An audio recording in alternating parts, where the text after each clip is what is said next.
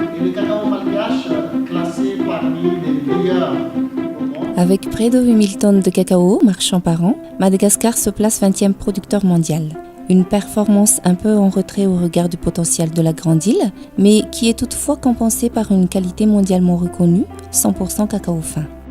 Le cacao malgache est considéré comme étant parmi les meilleurs au monde, en raison de son goût acide fruité, lié aux variétés présentes aux pratiques culturelles locales et à sa zone de production très limitée, la vallée du Saint-Brun. Cependant, ici comme ailleurs, la filière est sous risque. Le changement climatique et la lutte contre la déforestation, la sécurité alimentaire ou l'amélioration des revenus des producteurs sont autant d'enjeux parmi de nombreux autres auxquels il faut aujourd'hui répondre.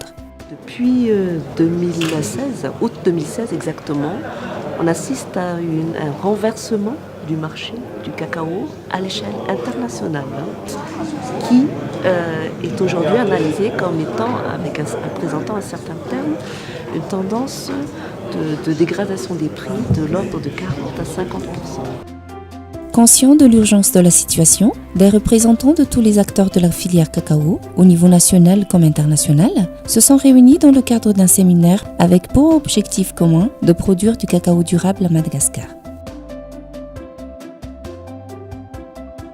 Ce séminaire international participatif intitulé « Pour une filière cacao durable à Madagascar » s'est tenu à l'hôtel Carlton les 30, 31 janvier et 1er février 2018 sous l'égide du président du Conseil national du cacao, M. Nourdine Chabani, ministre du Commerce et de la Consommation, en présence du Dr Jean-Marc Anga, directeur exécutif de l'ICCO.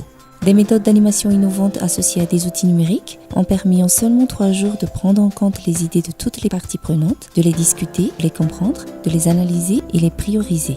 Tous les acteurs présents se sont accordés sur un objectif clair. Il faut rajeunir les vergers et augmenter la production de cacao de Madagascar tout en conservant son niveau de qualité.